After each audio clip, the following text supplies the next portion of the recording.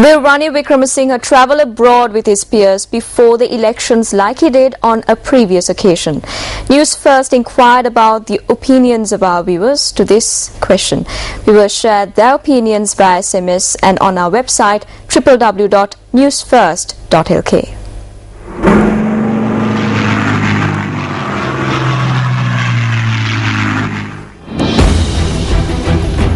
24% of the viewers were of the opinion that Ranil Wickremesinghe will leave the country before the elections, while 26% had said that he will refrain from travelling abroad prior to polls.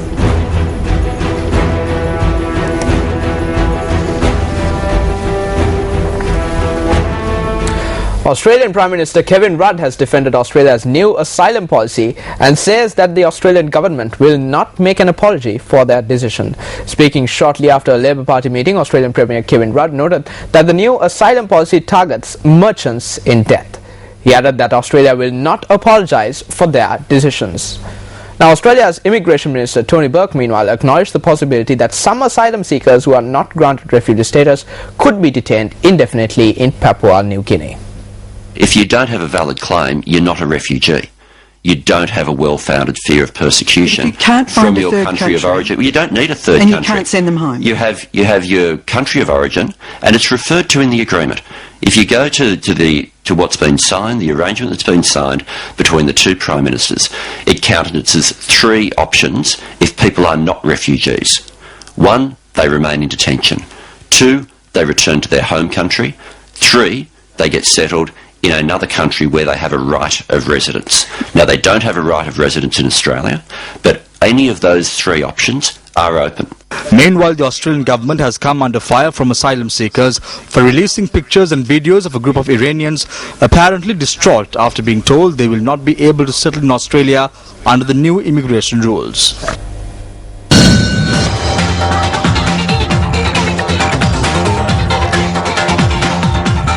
A 6.6 magnitude earthquake hit the city of Dingxi in northwest China's Gansu province at around 7:45 this morning.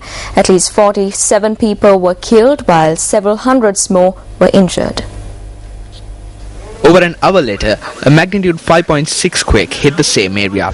In 2008, an earthquake in Sichuan province left up to 90,000 people dead and millions homeless. According to the Dingxi local government, at least 54 people have been killed and 337 injured.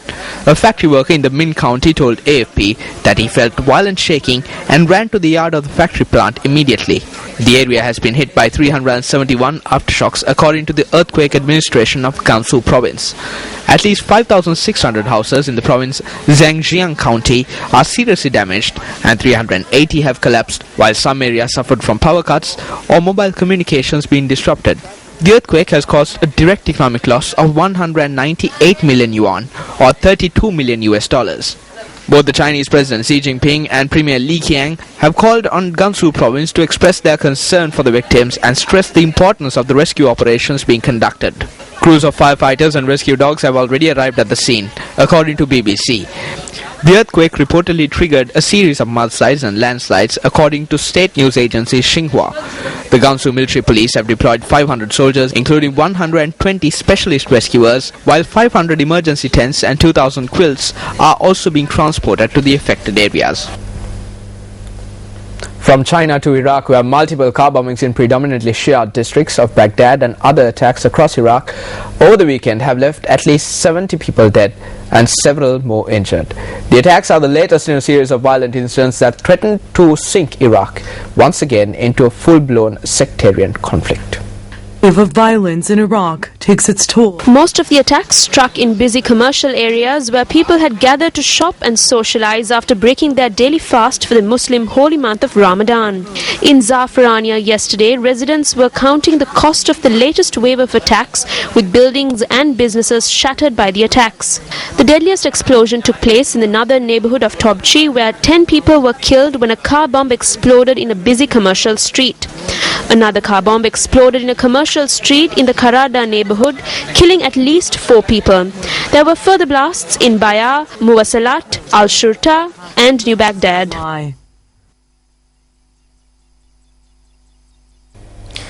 Moving on to some local news, a month has lapsed since a deadly train accident was reported near a level crossing opposite the Purva Ramavihare in Alutgama. But tragedy struck again at the same location when a motorcyclist attempted to cross the level crossing while the rail gate was closed. Newsfirst EU reporter Sila Indrajit from Alutgama reports.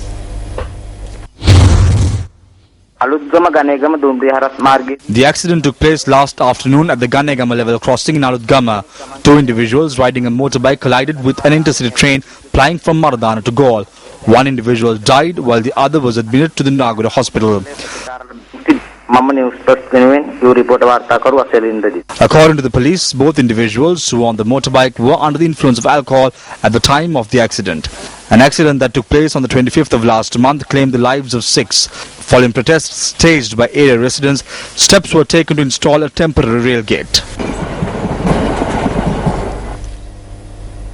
Meanwhile, 4 individuals were arrested in the Goviapana area in Gaul for crossing a level crossing while the rail gate was closed. Cyclists and 2 pedestrians were arrested by the police. The suspects were released on police bail. However, they are scheduled to be produced in court tomorrow.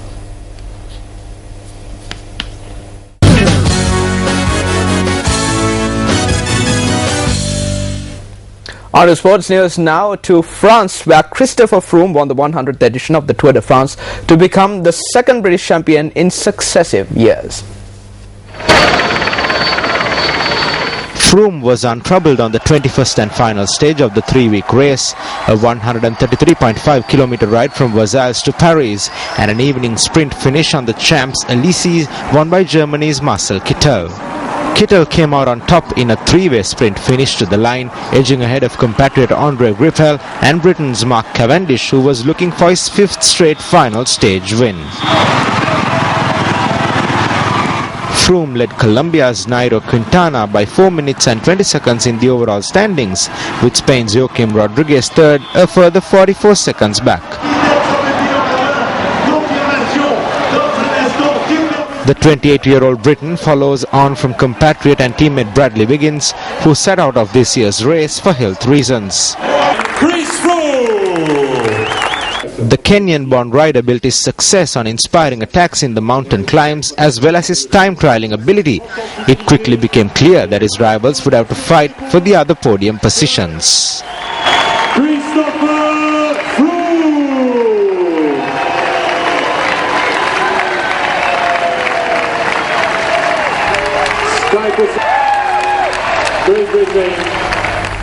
From cycling to MotoGP, where Spanish rookie sensation Marc Marquez outdueled pole sitter Stefan Bradl to win the US MotoGP championship and stretch the lead at the top of the MotoGP standings to 16 points. It was the second consecutive win and third of the season for 20-year-old Marquez, who becomes the youngest rider to win back-to-back races in the Premier class.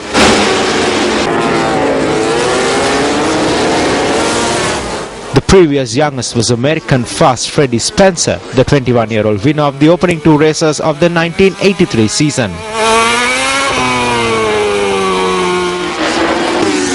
The factory Honda rider also becomes the first rookie to win at California's Laguna Seca circuit with its famed corkscrew twisting turn.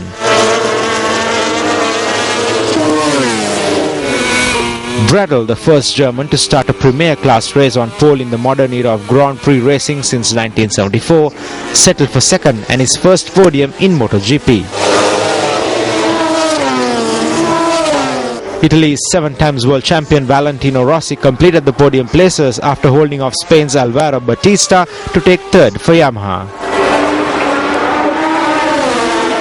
Marquez has 163 points to compatriot and teammate Daniel Pedrosa's 147.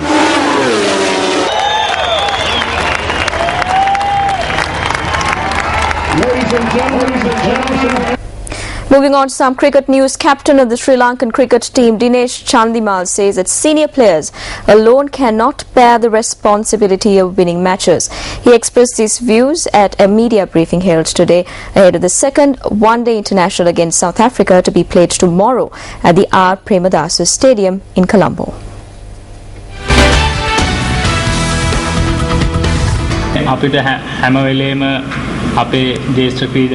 We cannot pressure senior cricketers to be among the runs all the time. As young cricketers, we should raise our hand and score on days they cannot score.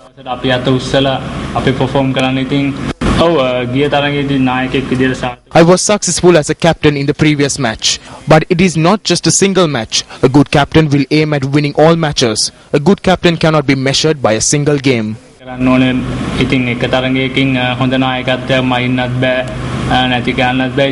You got to take one game at a time. We have to focus on this game coming up now. After winning or losing it, we'll have to reassess after we get the result tomorrow night. But for now, it's just tomorrow. He's recovering really well. It's still not 100%. It's still not at 100%, and we'll have to reassess that now at training. We're just going to have a light net and see what the movement is like, and then obviously final reassessment tonight and tomorrow morning. But he looks pretty good, and we'd obviously like to get him in the team. Well, England thumped Australia by a whopping 347 runs to claim victory of the second test of the Ashes series at Lord's in London. Australia were 4 balls away from taking the match into a 5th day, but England, led by Graham Swan, who picked up 4 wickets, wrapped up victory. Well, earlier on in the news, we brought you a story where a woman from Chilla who was arrested on charges of engaging in illegal construction alleged that she and her 2 children were severely inconvenienced by the actions of the police. Now, Newsfirst spoke to Attorney at Law Dr. Pratibha Mahanamehewa in this regard, and this is the views he shared with us.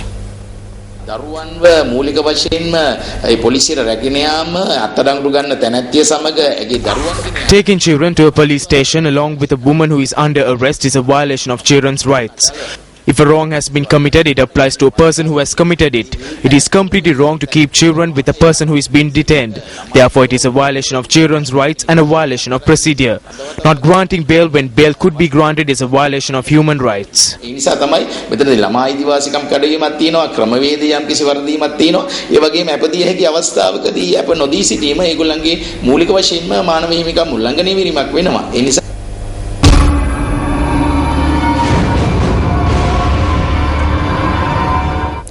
On entertainment first tonight, the Symphony Orchestra of Sri Lanka, which is the oldest orchestra in South Asia, is preparing to present the Young Soloist concert scheduled to take place in Colombo. Entertainment First brings you the preparations that are underway for the concert. The Symphony Orchestra of Sri Lanka takes special interest in fostering young Sri Lankan talent and dedicates one of its annual subscription concerts to feature young soloists. The Young Soloist concert will comprise of works from Mozart, Dvorak and Mussorgsky. The concert, conducted by Dushanti Pereira, will feature young pianist Louis Pereira.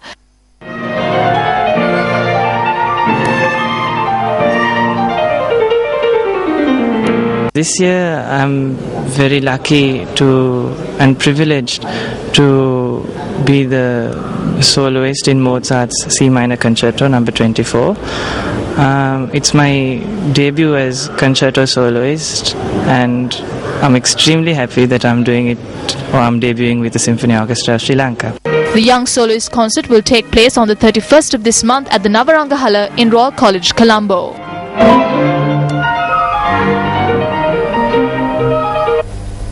With that, we wrap up Primetime News. I'm Stephanie Lazarus. And I'm Ramesh Bandar for the Newsfirst team. Good night.